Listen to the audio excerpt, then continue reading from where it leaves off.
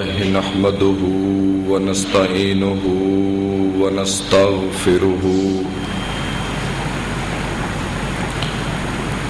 ونؤمن به ونتوكل عليه ونعوذ بالله من شرور أنفسنا ومن سيئات أعمالنا من يهده الله فلا مضل له ومن يضلله فلا هادي له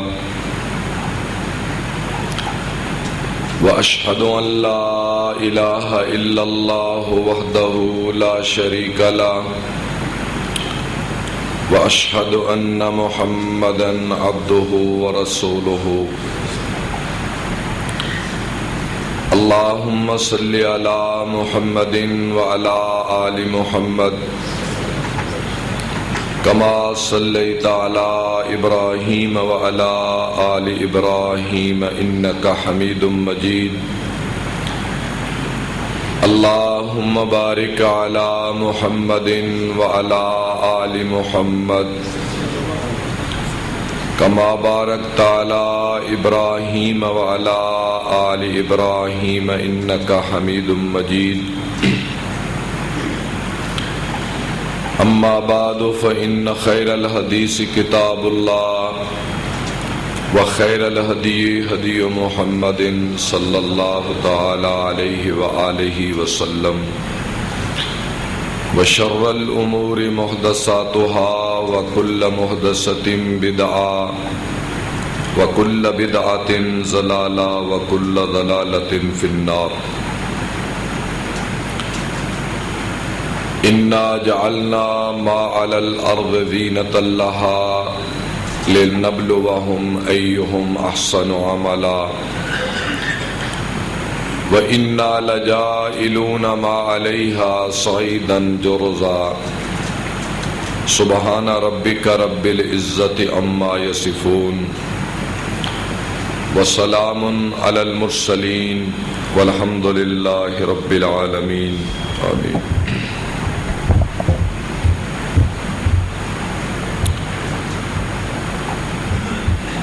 جو کچھ ہم نے زمین پر پیدا کیا ہے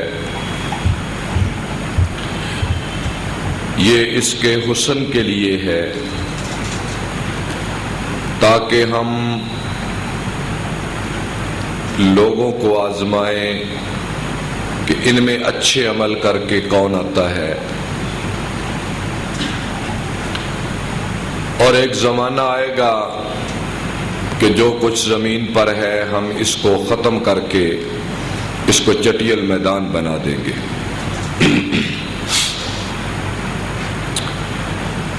اللہ رب العزت کی تعریف و توصیف اور بے پناہ حمد و ثنا اور نبی کریم صلی اللہ تعالی علیہ وآلہ وسلم پر درود و سلام کے بعد میرے محترم بھائیوں اور ساتھیوں، ایک وقت آنے والا ہے کہ اللہ رب العزت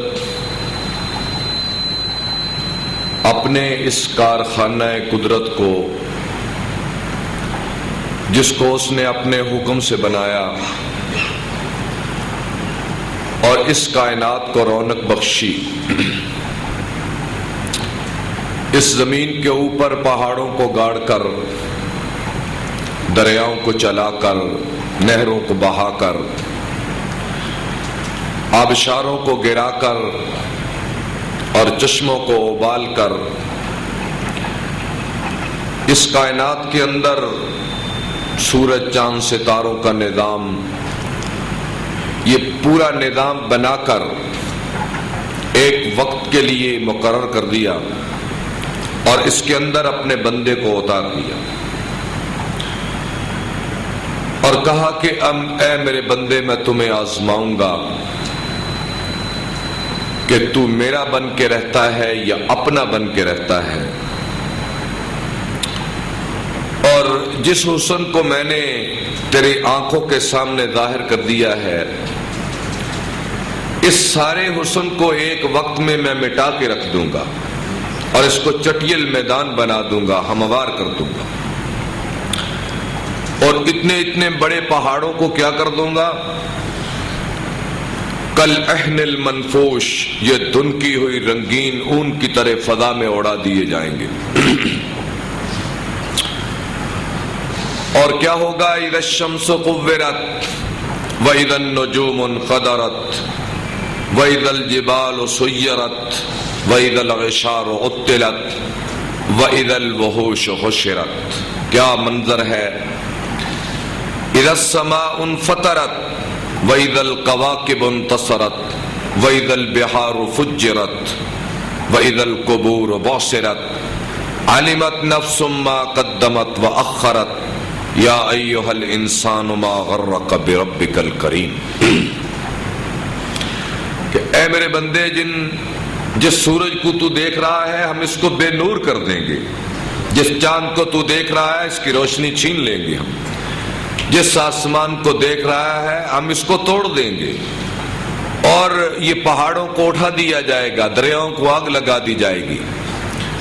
علمت نفس ما قدمت واخرت، اور انسان حیران ہو کر اپنے سامنے سب کچھ دیکھ لے گا جو اس نے کیا ہے۔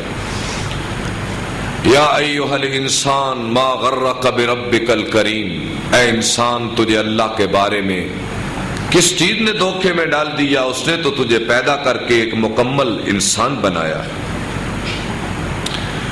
تو میرے بھائیو، اس نظام کے ٹوٹنے کے بعد میں، آپ اور پوری دنیا کے انسان جو مر چکے، جو زندہ ہیں، جو آئیں گے، ہم سب نے مر کر ایک وقت مقررہ پر ایک ایسے بادشاہ کے سامنے پیش ہونا ہے جہاں ہم سے ہمارے ایک ایک عمل کا سوال کیا جائے گا، اور وہ ہم سے پوچھے گا، یا ابا سفیان واللہ لتموتن ثم لتحشرن ثم لتسألن فمحسنکم فی الجنہ ومسیئکم فی النار، او کما قال النبی صلی اللہ تعالی علیہ وآلہ، کہ اللہ کی قسم تم ضرور مر جاؤ گے، پھر تم ضرور اٹھائے جاؤ گے، پھر تم سے ضرور سوال ہوگا، اور اگر اچھے نکلے تو جنت، برے نکلے تو دوزخ ٹھکانہ ہوگا۔ یہ ہے انجام اس ساری کائنات کا جو ہونے والا ہے۔ اور اس کائنات کو جس کو ہم دیکھ رہے ہیں، دانا لوگوں کی نظر میں، اللہ اور اس کے رسول کی نظر میں اس کی کیا حقیقت ہے وہ سمجھا گئے ہمیں۔ ایک روز آپ صلی اللہ علیہ وسلم بازار میں جا رہے تھے، کیا دیکھا کہ ایک بکری کا مرا ہوا بچہ، جس کے کان بھی چھوٹے چھوٹے عیبدار،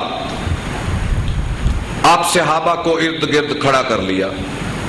آپ نے فرمایا، میرے صحابہ، یہ بکری کا بچہ مرا ہوا، سڑا ہوا اور گندگی کے ڈھیر کے اوپر، کیا تم میں سے کوئی اس کو 1 درہم میں خریدے گا؟ صحابہ عرض کرنے لگے، یا رسول اللہ صلی اللہ علیہ وسلم، یہ مرا ہوا، یہ تو زندہ ہوتا بھی اسے کوئی نہ خریدتا کیونکہ عیبدار ہے، اسے تو کوئی 1 درہم میں بھی نہیں لے گا۔ آپ نے فرمایا کوئی مفت ہی لے جائے۔ صحابہ کہنے لگے، یا رسول اللہ، اسے تو کوئی مفت بھی نہیں لے گا۔ تو آپ نے فرمایا، اللہ کی نظر میں دنیا اس سے بھی بدتر ہے۔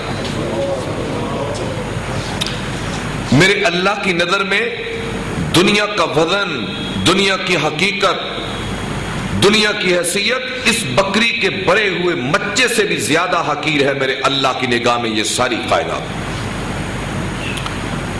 کیونکہ جو اتنا بڑا خالق ہے اس کے لیے یہ کیا حیثیت رکھتی ہیں یہ چیزیں۔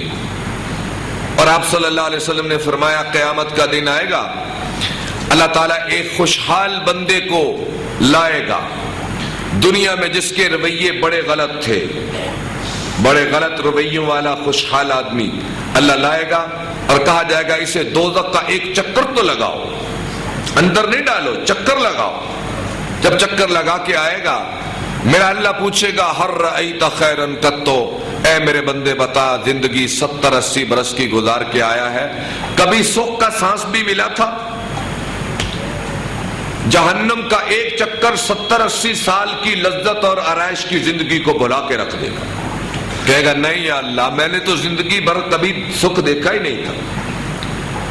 اور ایسا ہی ایک غریب جو صابر تھا، کانے تھا، اللہ رسول کی راہوں پہ تھا، اس کو اللہ جنت کا ایک چکر لگائے گا اور وہ کیا کرے گا؟ جنت کو دیکھے گا. میرا اللہ کہے گا اے میرے بندے بتا دنیا میں کوئی دکھ دیکھا تھا؟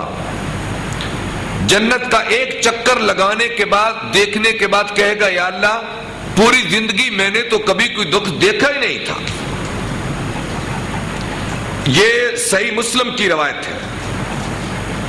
اب ان دو آدمیوں کے اس انجام سے ذرا ہم اپنی بات کو آگے لے کے چلتے ہیں. ایک خوشحال مگر باغی، ایک مالدار مگر نافرمان، ایک بڑا آدمی مگر اللہ کو بھلا کے چلنے والا، بھلا کے جینے والا، ایک غریب مگر صبر کے ساتھ جینے والا.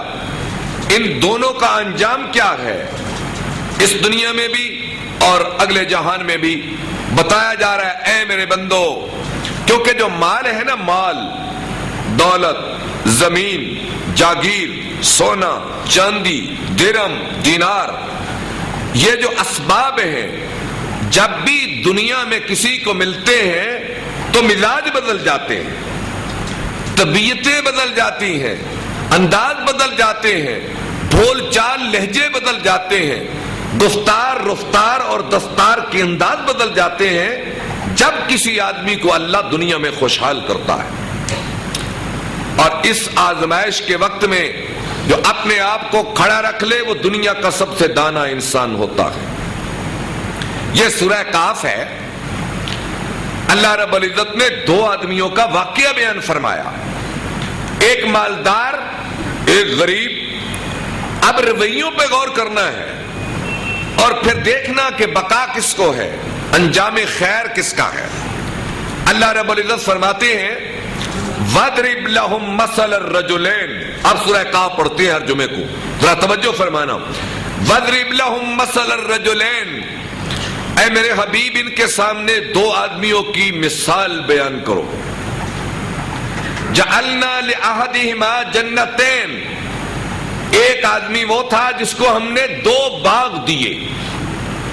وَحَفَفْنَاهُمَا بِنَخْلٍ وَجَعَلْنَا بَيْنَهُمَا زَرْعًا. اور باغ کتنا حسین تھے کہ اس باغ کے گرد و پیش اس کی جو باڑ کہہ لو، فصیل کہہ لو، اس باغ کی جو فصیل تھی ہم نے فلک بوس کھجور کے درختوں سے بنائی اور اس پہ کھجوروں کے پکے ہوئے خوشے لٹک رہے تھے، لدے ہوئے درخت کھجوروں سے، اور اس کے اندر ہم نے انگوروں کی بیلیں چڑھا دی اور وہ بھی پکے ہوئے. اور دونوں باغات کے بیچ میں وَفَجَّرْنَا خِلَالَهُمَا نَهَرًا. کیا کمال ہے قرآن کا. وَفَجَّرْنَا خِلَالَهُمَا نَهَرًا. اور ان دونوں باغات کے بیچ میں ہم نے ایک چھوٹی سی نہر چلا دی. وَجَعَلْنَا بَيْنَهُمَا زَرْعًا. اور نہر کے دائیں اور بائیں جانب ہموار اور قابل زراعت زمین رکھ دی. کبھی گندم لگائے، کبھی جو لگائے، کبھی چنے اگائے، اپنی مرضی سے ساری جنسیں اگائے. نہر کو کاٹ کر پانی دے، کھجوریں، انگور، بڑے بڑے ہم نے دو باغ اس کو عطا کر دی. وَكَانَ لَهُ ثَمَرٌ. جب کٹائی کا وقت آیا یا پھل چننے کا وقت آیا، یہ کہہ لو پھل چننے کا وقت آیا یا زراعت کو کاٹنے کا وقت آیا، تیار ہو گئی تو یہ چودھری صاحب آئے، یہ بڑا زمیندار آیا اور اپنے باغات کے دروازے پہ کھڑے ہو کر کیا کہنے لگا؟ قال لصاحبہ. وہ غریب بھی ساتھ تھا. معلوم ہوتا اس کے باغ نہیں ہوں گے، وہ ایک مزدور ہوگا، چھوٹا کسان ہوگا، وہ بھی ساتھ تھا. کہ وقال لصاحبہ وہو یحاورہ. اس غریب سے باتیں کرتے ہو کیا کہنے لگا؟ انا اکثر منک مالا واعز نفرا. تیری کیا حیثیت ہے؟ میرے باغ تو دیکھ، میرا کنبہ قبیلہ خاندان تو دیکھ، اور میرے باغ کے پھل لدے ہوئے تو دیکھ, یہ میری پکی ہوئی زراعت تو دیکھ. وَعَدُّ نَفَرَ, تو ذلیل میں عزت والا, تو چھوٹا میں بڑا, تو غریب میں امیر, تیرا میرا ناتا اور رشتہ کیا ہے؟ وَدَخَلَ جَنَّتَهُ وَهُوَ ظَالِمٌ لِنَفْسِهِ. اللہ رب العزت فرماتے ہیں جب وہ اپنے باغ میں گیا تو اس کیفیت میں تھا کہ اپنی جان پہ ظلم کر رہا تھا. یہ بہت بڑا ظلم ہے کہ اللہ سے پاکے بخیل بن جانا, اللہ سے پاکے زکات نہ دینا, یہ بہت بڑا ظلم ہے اللہ کے بندوں پر. عطائے رب ذوالجلال ہو, عنایت نوازش خدا کی ہو, اور بلا وجہ آدمی اتراتا ہوا پھرے, یہ تو مال ہے, کبھی دائیں جاتا ہے کبھی بائیں چلا جاتا ہے. اور اس حال میں کہ وہ ظالم تھا, وہ ظالم بن کے چلا اور کیا کہنے لگا؟ قال ما اظن ان تبید هذه ابدا وما اظن الساعة قائمة ولئن رددت الى ربی لاجدن خیرا منها منقلبا. معلوم ہوتا ہے کہ غریب نے آنکھیں بھر کے دیکھا ہوگا, تعجب کیا ہوگا اس کے رویے پر, متکبرانہ لہجے پر. اس غریب نے اس امیر کے متکبرانہ لہجے کو تعجب سے دیکھا ہوگا کہ یہ مخلوق ہو کر خالق جیسی باتیں کرتا ہے, یہ مجبور ہو کر جبار جیسی باتیں کرتا ہے, یہ محتاج ہو کر غنی جیسی باتیں کرتا ہے. اس کے تکبر کو دیکھا.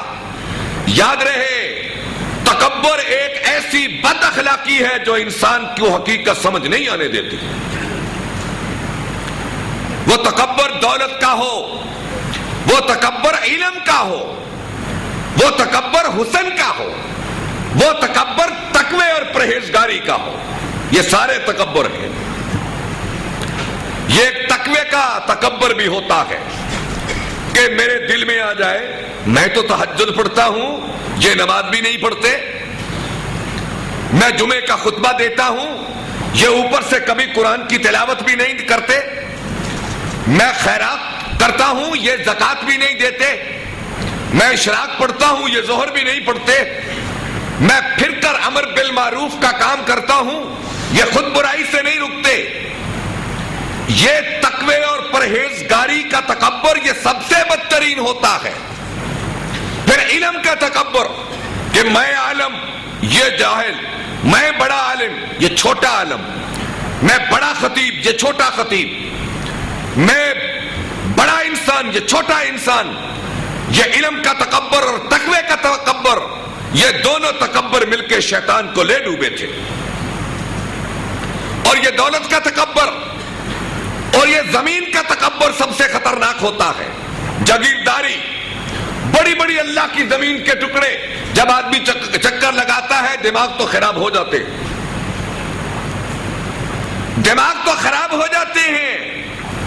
وَدَخَلَ جَنَّتَهُ وَهُوَ ظَالِمٌ لِنَفْسِهِ, اور کہنے کیا لگا, اوہو تو کیا غور سے میری طرف گھور گھور کے دیکھتا ہے, مَا أَظُنُّ أَن تَبِيدَ هَٰذِهِ أَبَدًا, یہ مجھ سے کوئی چھین نہیں سکتا.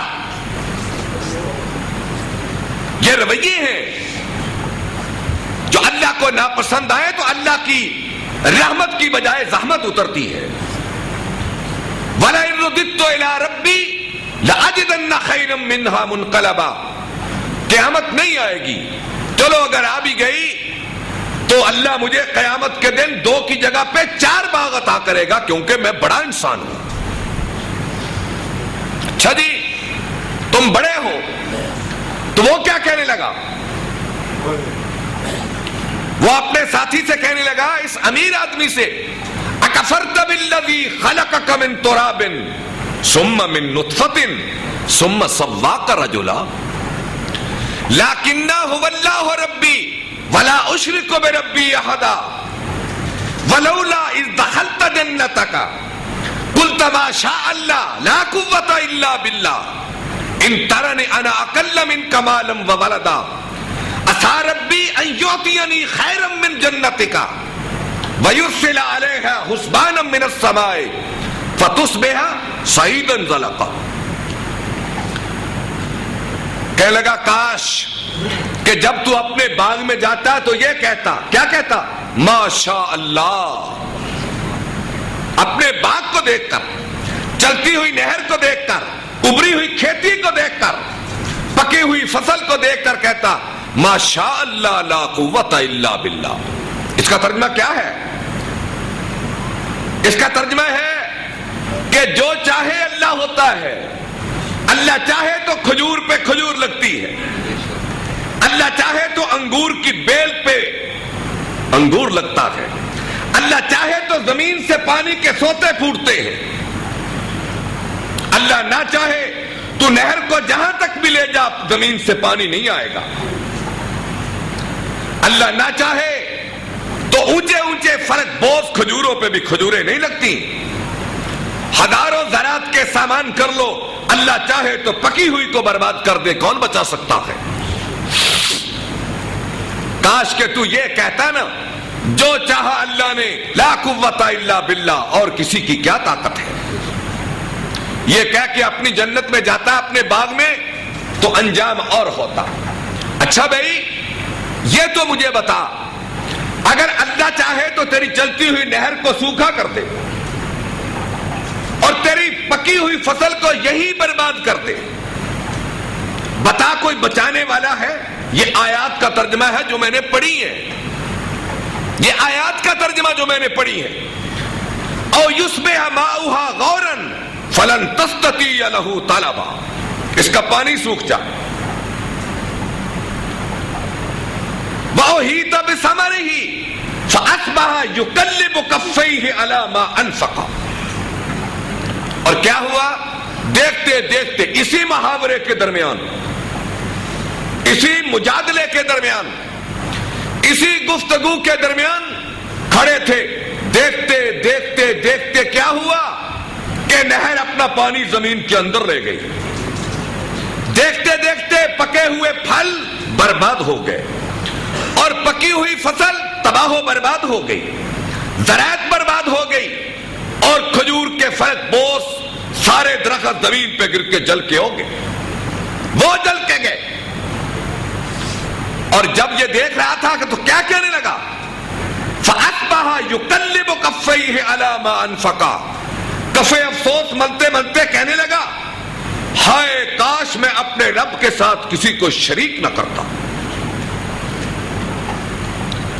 آج ہم یہ شرک تو کہتے ہیں کہ اللہ کے ساتھ کسی کو نہ پکارو، یہ شرک ہے.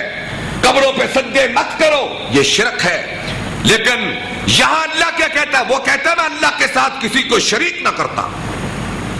اس نے اللہ کے ساتھ اپنے نفس کو شریک کیا، اپنی خواہش کو خدا بنایا اس نے، اور ایک درجے پر خواہش بھی خدا بن بیٹھتی ہے، اور یہ بھی شرک کا ایک درجہ ہوتا ہے.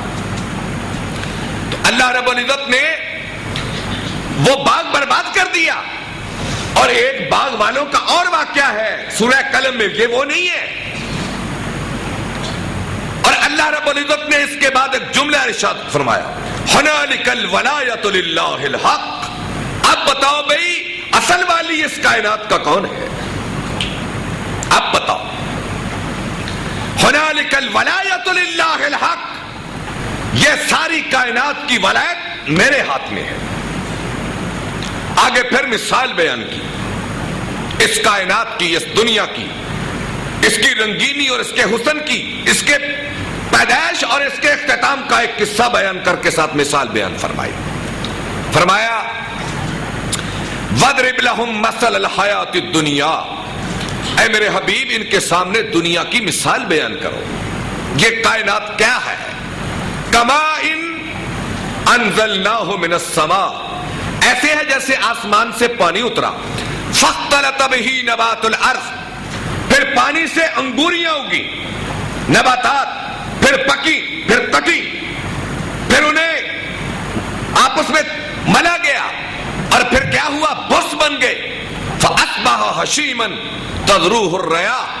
پھر اس کو بھوسے کی شکل میں ہوائیں اڑا کے وہ ادھر لے گئی، وہ ادھر لے گئی. وَكَانَ اللَّهُ عَلَى كُلِّ شَيْءٍ مُقْتَدِرًا، ساری طاقتیں آخر تیرے خدا کے ہاتھ میں۔ اچھا بھی کیا ہے، دیکھتے نہیں ہو، ایک شخص پیدا ہوتا ہے، پھر بڑھتا ہے، جوان ہوتا ہے، دنیا کماتا ہے، اپنے آشیانے بناتا ہے، گھر بناتا ہے، شادی بیاہ رچاتا ہے، اپنا گھر بناتا ہے، نئی نئی امنگیں لے کے جوان ہوتا ہے، آگے بڑھ کر دنیا کو آباد کرتا ہے، اور ادھر سے چل رہا تھا کہ اجل نے ایسا بے رحم پنجہ مارا کہ وہ قبر میں چلا گیا۔ بس یہ زندگی ہے، اور بس صرف یہ زندگی ہے۔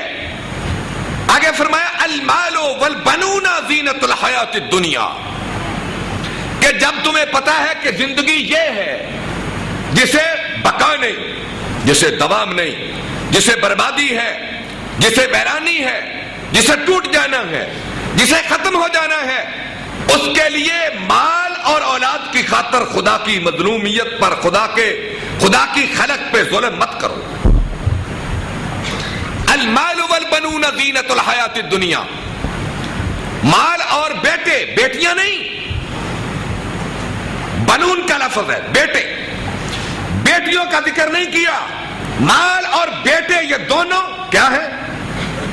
زینت الحیات الدنیا، یہ دنیا کی خوبصورتی ہے، اس کے لیے ظلم نہ کرنا، مال کمانے کے لیے ناجائز قبضے نہ کرنا، رشوت نہ لینا، سود کے لمبے لمبے نظام نہ چلانا، کسی کا حق نہ کھانا۔ اور بیٹوں کو اس لیے کہا کہ میں تو سمجھتا ہوں یہ اشارہ ہے اس کی طرف کہ اپنی بہنوں اور بیٹیوں کا حق کھا کے اپنے بیٹوں کے نام نہ لگا جانا۔ اگر یہ بھی ترجمہ کر لیا جائے تو ناجائز نہیں ہوگا کہ اپنے بیٹوں کے لیے اپنی بیٹیوں اور بہنوں کے حق غصب کر کے ان کے نام نہ لگوا جانا، بچ کے رہنا۔ او بھائی تو یہ سارا کچھ کر کے چھوڑ کے قبر میں چلا جائے گا، آخر تجھے کیا بچے گا؟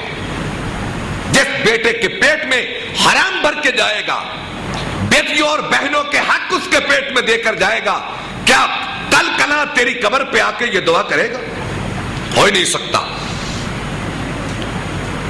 جس جوان بیٹے کے پیٹ میں حرام کا رزق گیا ہوگا، اس کی زبان سے خیر کا جملہ تیرے باپ کے لیے کبھی نہیں نکل سکتا، یہ ہو ہی نہیں سکتا، یہ کبھی نہیں ہو سکتا۔ حضرت ابو ہریرہ رضی اللہ تعالیٰ عنہ کہتے ہیں ایک روز حضور مجھے مدینے کے جنگل میں لے گئے، اور وہاں کیا دیکھا؟ انسانوں کی کھوپڑیاں، جانوروں کی نلیاں، چیتھڑے، پرانا لباس پڑا ہوا ہے۔ کہنے لگے اے ابو ہریرہ یہ کھوپڑیاں انسانوں کی تھی تو جیسے انسان تھے، اور یہ نلیاں ان کے جانوروں کی جن پہ سوار ہو کے شہر بشہر پھرتے تھے اور کاروبار تجارت میں مصروف تھے۔ یہ لباس ان کی پوشاکیں تھیں جنہیں پہن کر سرے غرور لے کر اللہ کی زمین پہ چلتے تھے۔ اے ابو ہریرہ نہ ان کے سر رہے، نہ ان کی پوشاکیں رہی، نہ ان کے جانوروں کے جسم باقی رہے، دیکھتا نہیں ان کی کھوپڑیوں پہ ریت چل رہی ہے، ان کی پوشاکیں چیتھڑوں میں بدل رہی ہیں، اور ان کے جانوروں کی نلیاں بوسیدہ ہو کر مٹی میں مل رہی ہیں۔ اور ابو ہریرہ کہتے ہیں ہم اتنا روئے، اللہ کے نبی اور صحابہ اتنا روئے کہ جس کا ترجمہ یہ کہہ سکتے ہیں کہ آپ نے فرمایا ہوگا اس ترجمے میں کہ اے ابو ہریرہ مٹے نامیوں کے نشان کیسے کیسے، زمین کھا گئی آسماں کیسے کیسے، اجل ہی نہ چھوڑا نہ کسرا نہ دارا، اسی سے سکندر صفاتے بھی ہارا، یہی تجھ کو دن ہے، یہی تجھ کو دن ہے، رہوں سب سے اونچا رہوں سب سے اعلیٰ، رہوں سب سے اونچا رہوں سب سے اعلیٰ، ہو زینت نرالی ہو فیشن نرالا، جیا کرتا ہے کیا یوں ہی مرنے والا، جگہ جی لگانے کی دنیا نہیں ہے، یہ عبرت کی جا ہے تماشا نہیں ہے۔ تجھے پہلے بچپن بچپن نے برسوں کھلایا، جوانی نے پھر تجھ کو مجنوں بنایا، بڑھاپے نے آ کے کیا کیا ستایا، اجل تیرا کر دے گی بالکل صفایا، جگہ جی لگانے کی دنیا نہیں ہے، یہ عبرت کی جا ہے، تماشا نہیں ہے۔ اور قرآن مجید کی پکار دیکھو، اللہ کا لہجہ اس عنوان پہ دیکھو، فرمایا میرے حبیب کم ترکو من جنات و عیون وزروع ومقام کریم ونعمت کانوا فیہا فاکہین کذالک وأورثناها قوما آخرین فما بکت علیہم السماء والارض وما کانوا منظرین۔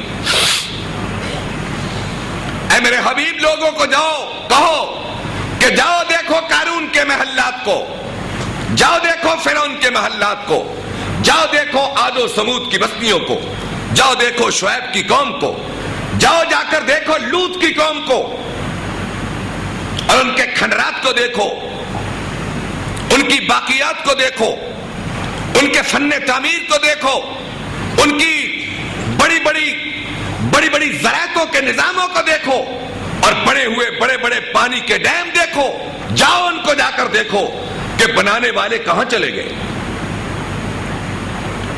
ان کی سیرگاہیں تو تمہیں ملیں گی، ان کی خوابگاہیں بھی تمہیں ملیں گی، ان کے بوسیدہ محلات بھی تمہیں ملیں گے اور محلات کی جھکی ہوئی محرابیں بھی تمہیں ملیں گی، ان کے ٹوٹے ہوئے فرش بھی تمہیں ملیں گے، ان کی ویران حویلیاں بھی تم دیکھو گے اور ان کے اجڑے ہوئے ڈیرے بھی دیکھو گے جہاں بڑے ہٹو بچوں کے شور تھے اور حالات یہ تھے کہ جن کے دیوان خانوں میں موت اور زندگی کے فیصلے ہوتے تھے اور جن کے ڈیرے جانوروں اور مال مویشی سے بھرے ہوئے تھے، آج ان کا کوئی نام لینے والا ہی نہیں ہے۔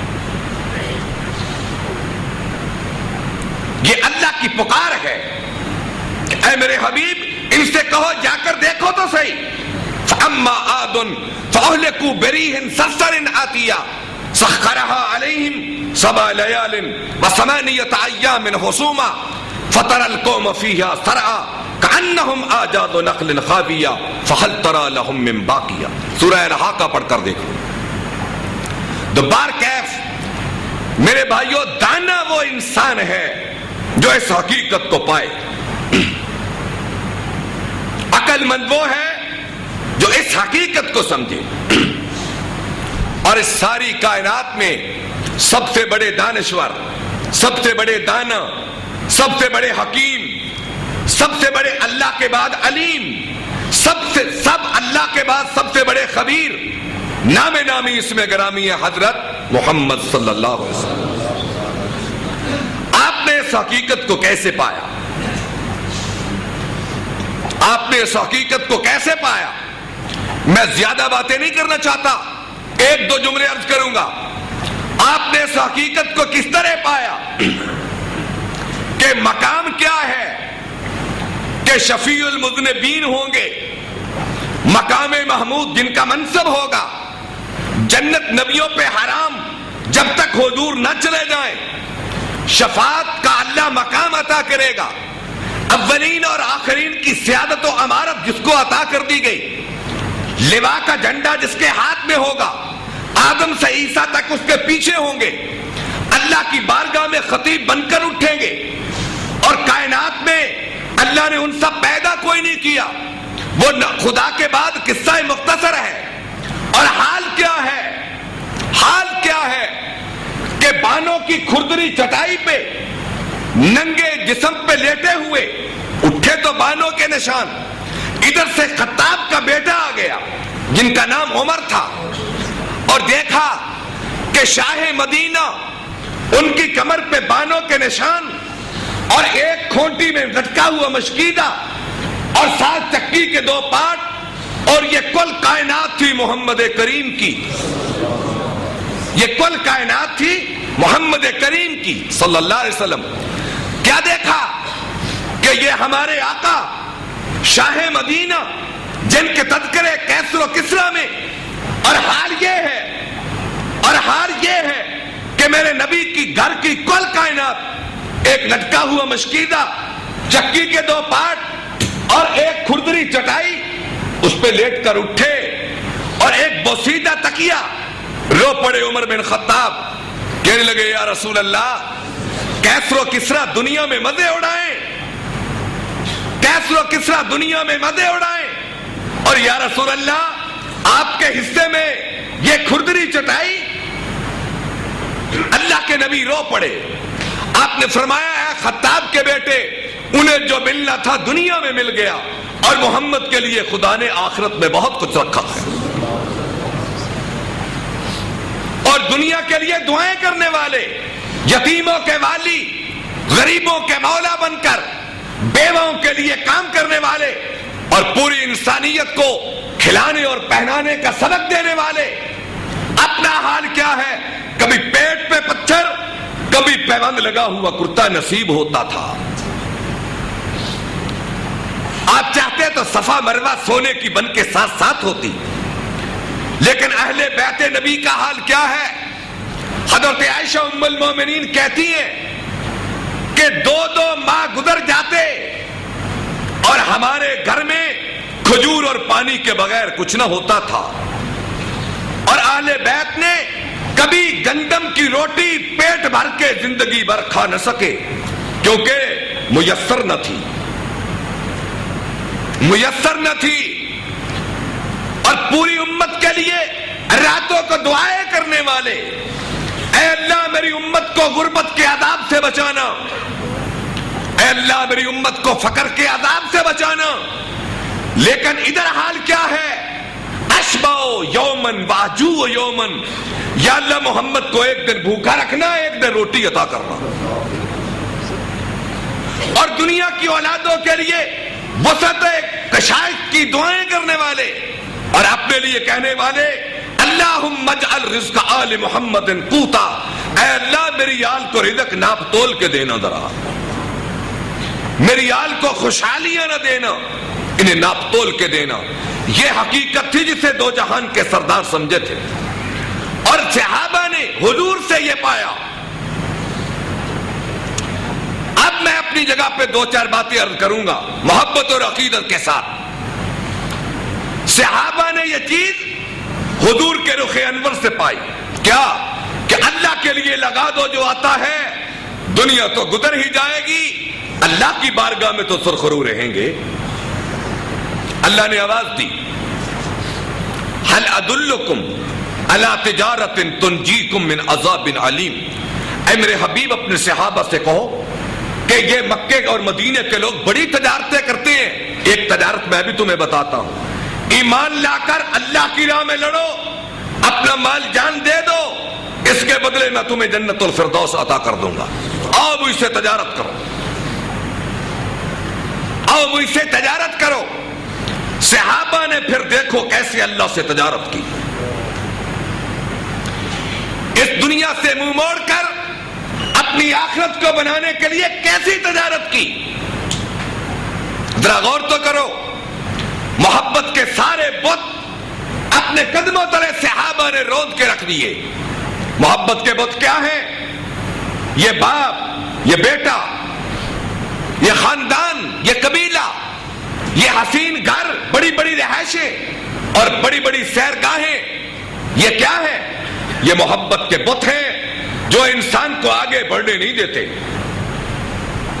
اور ان کی فہرست قرآن نے یوں بیان کی ہے، قل ان کان آباؤکم، سورہ توبہ، قل ان کان آباؤکم وابناؤکم واخوانکم وازواجکم وعشیرتکم واموال اقترفتموها وتجارت تخشون کسادها ومساکن ترضونها احب الیکم من اللہ ورسولہ، یہ بتوں کی فہرست ہے محبت کے دنیا میں۔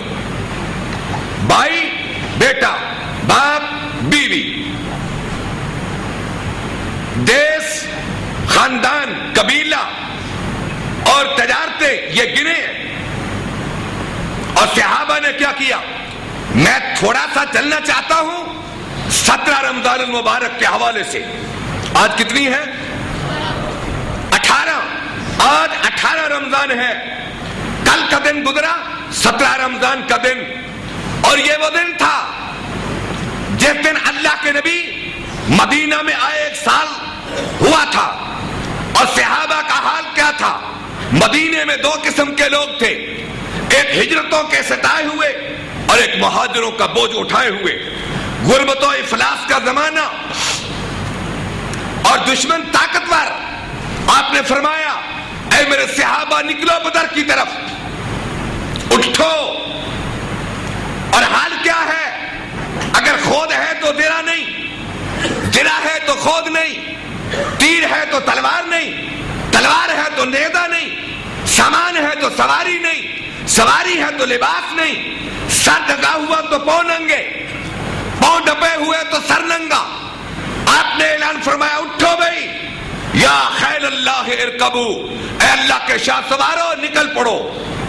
تو 313 نکلے پھر، اور کیسے نکلے؟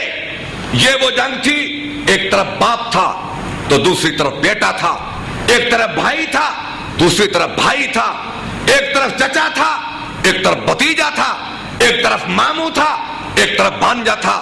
یہ عمر بن خطاب ماموں اور بھانجا لڑے، چچا اور بھتیجا لڑے، بھائی بھائی لڑے۔ بلکہ حضرت ابو بکر صدیق خود بیان کرتے ہیں کہ یہ امن کا زمانہ تھا۔ فتح مکہ کے بعد مدینے کو امن ملا۔ میرا بیٹا عبد الرحمن یہ بدر میں کافروں کی طرف سے تھا، پھر بعد میں مسلمان ہوا۔ اور ایک دن باپ اور بیٹا بیٹھے ہوئے تھے، عبد الرحمن کہنے لگا اے میرے ابا جان کیا دن تھا بدر کا کہ لڑتے لڑتے لڑتے اے میرے ابا جان تم میری تلوار کی زد میں آ گئے تھے اور میں نے تمہیں باپ سمجھ کے چھوڑ دیا تھا۔ تو جناب ابو بکر کہنے لگے اے عبد الرحمن، اس ذات کی قسم جس کے قبضہ قدرت میں ابو بکر کی جان ہے، اگر بدر کے دن تو میری تلوار کی زد میں آ جاتا تو میں تجھے کبھی اپنا لختے جگر سمجھ کے معاف نہ کرتا، بلکہ تجھے اللہ اور اس کے حبیب کا دشمن سمجھ کر تیری گردن اتار دیتا اور مجھے کوئی پرواہ نہ ہوتی، اور مجھے کوئی پرواہ نہ ہوتی۔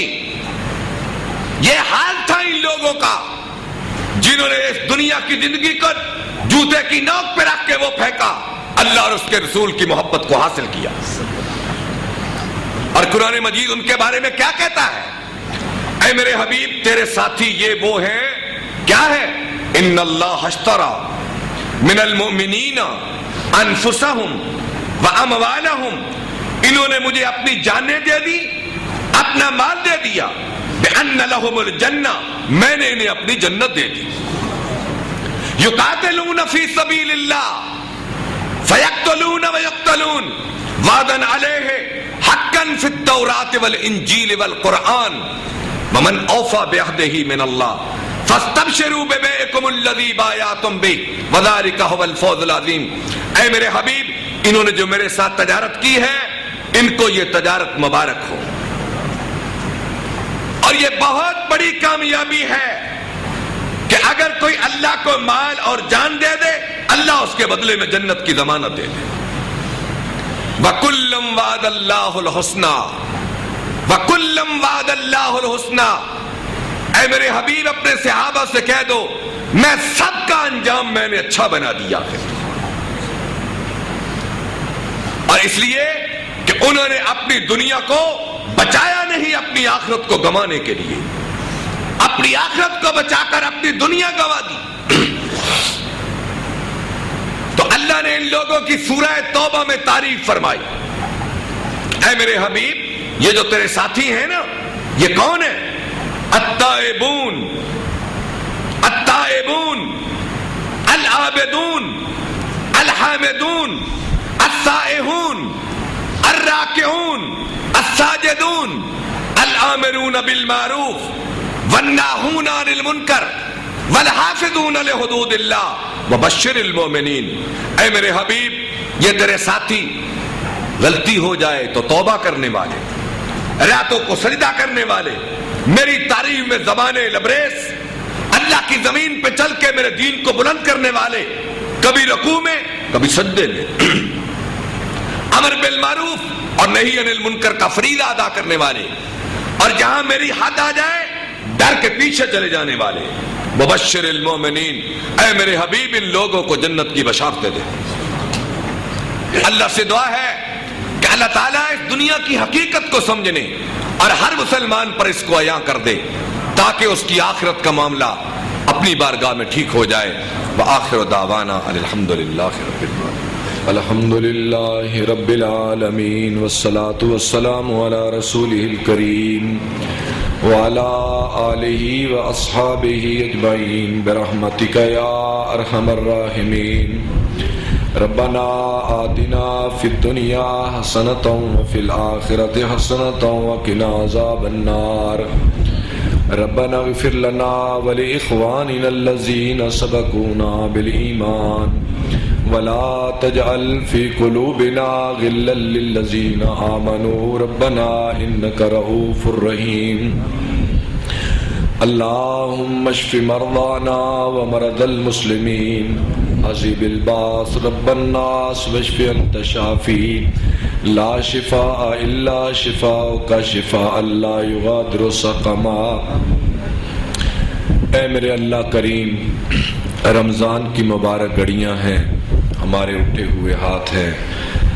یا اللہ کوئی گھر ایسا نہیں جہاں کوئی بیمار نہ ہو. اے اللہ بیماری اور تندرستی تیری طرف سے ہے. یا اللہ سب بیماروں کو اپنے فضل سے شفا عطا فرما. یا اللہ ہمارے بھائیوں کو، ہمارے والدین کو، ہماری بیٹیوں کو، بچوں کو، جو بھی جس جگہ پر بیمار ہے، یا اللہ اپنے فضل سے سب بیماروں کو تندرستیاں عطا فرما. یا اللہ بہت سارے بیمار ایسے ہیں جو اپنی بیماریوں کی وجہ سے عرصے دراز سے وہ بستروں پہ چارپائیوں پہ کرا رہے ہیں. یا اللہ تو ان کے ساتھ عافیت کا معاملہ فرما. یا اللہ ان کے احوال پہ رحم فرما. جس آدمی کی جو بھی درخواست ہے بیماروں کے حوالے سے، یا اللہ اپنے فضل سے سب بیماروں کو شفا عطا فرما. میرے مختلف بھائیوں نے، ساتھیوں نے مجھ سے کہا تھا والدین کے لیے دعا کریں. بھائی خالد صاحب، بھائی چچا نیف چائے والے اور بہت سارے ساتھیوں نے کہا ہے. تو میں تو ہر جمعے میں اور اپنی انفرادی دعاؤں میں بھی اپنے والدین کے لیے، سب کے والدین کے لیے دعا کرتا ہوں. میرے بھائیوں، یہ ایک ایسی نعمت ہے جس کے پاس ہے اس کی قدر کرے، اور جس کے پاس نہیں ہے اس کے لیے دعا فرمائیں کہ یا اللہ جو ہمارے والدین قبروں میں چلے گئے، یا اللہ انہیں اپنے فضل سے معاف فرما. یا اللہ بہت سارے والدین تو جوانیوں میں چلے گئے اپنے معصوم بچوں کو چھوڑ کر، جن کی ابھی بہت ساری خواہشات تھی. یا اللہ جتنے بھی چلے گئے، ہماری والدہ، میرا والد اور سب مسلمانوں کے والدین، یا اللہ اپنے فضل سے ان کو معاف فرما. ہم نہیں جانتے وہ قبروں میں کس حال میں ہیں. یا اللہ اگر وہ نیکوکار تھے تو ان کی نیکیوں میں اضافہ فرما. یا اللہ اگر ان کے ذمے گناہ تھے، یا اللہ تو ان کا مواخذہ نہ فرمانا. یا اللہ اگر تو ان کو عذاب دے تو تیرے ہی بندے ہیں، اگر ان کو معاف کر دے تو یا اللہ تو بہت عزت والا ہے. یا اللہ قبر میں ان کا کوئی ساتھی نہیں. یا اللہ انہیں قبر کی تاریکی سے، اس کی ظلمت سے، اس کی وحشت سے، اس کے اندھیروں سے، یا اللہ انہیں اپنے فضل سے محفوظ فرما. ربنا اغفر لنا ولآبائنا واجدادنا وامہاتنا وجميع المسلمین والمسلمات والمؤمنین والمؤمنات والمہاجرین والانصار. یا اللہ سب کے حال پہ رحم فرما. یا اللہ ہمیں معاف فرما، ہماری اولادوں کو معاف فرما، ہمارے بہن بھائیوں کو معاف فرما. یا اللہ جن کے جوان بھائی فوت ہو گئے، یا اللہ انہیں صبر جمیل عطا فرما. یا اللہ انہیں جہنم کے عذابوں سے محفوظ فرما. یا اللہ بڑا عرصہ ہو گیا ہمارے دل پتھر ہو گئے. یا اللہ تیری طرف لوٹتے نہیں، روتے نہیں. یا اللہ ان دلوں کو رونا نصیب فرما. یا اللہ ہمیں سچی توبہ کی توفیق عطا فرما. یا اللہ اگر تو توبہ کی توفیق نہ دے تو دل کیسے مڑ سکتا ہے. یا اللہ اگر دل مڑ کے توفیق دے دے تو توبہ کی طرف آ جائے تو یا اللہ توبہ کے بعد تیری توفیق کے بغیر ہم توبہ پہ بھی کیسے قائم رہ سکتے ہیں؟ یا اللہ ہمیں توفیق عطا فرما کہ ہم اپنی کی ہوئی توبہ پہ قائم رہیں۔ یا اللہ ہمیں رونا نصیب فرما۔ یا اللہ کوئی جائے پناہ نہیں، یا اللہ کوئی ملجا و ماوا نہیں، یا اللہ تیری ذات کے بغیر کوئی جائے پناہ نہیں۔ یا اللہ ہم گناہگار ہیں، ہم گناہگاروں کو اپنی رحمت کے سائے میں پناہ نصیب فرما۔ یا اللہ اپنے فضل سے ہمیں معاف فرما۔ یا اللہ قیامت کے دن اپنے حبیب کی شفاعت نصیب فرمانا۔ یا اللہ کون ہے جو جہنم کا عذاب سہ سکے؟ یا اللہ کوئی نہیں۔ یا اللہ تیری رحمت ہے ہمارے پاس، کوئی توشہ نہیں، کوئی عمل نہیں، دامن خالی ہے۔ یا اللہ اپنے فضل سے قیامت کے دن رحمت کے ساتھ معاف فرما دینا۔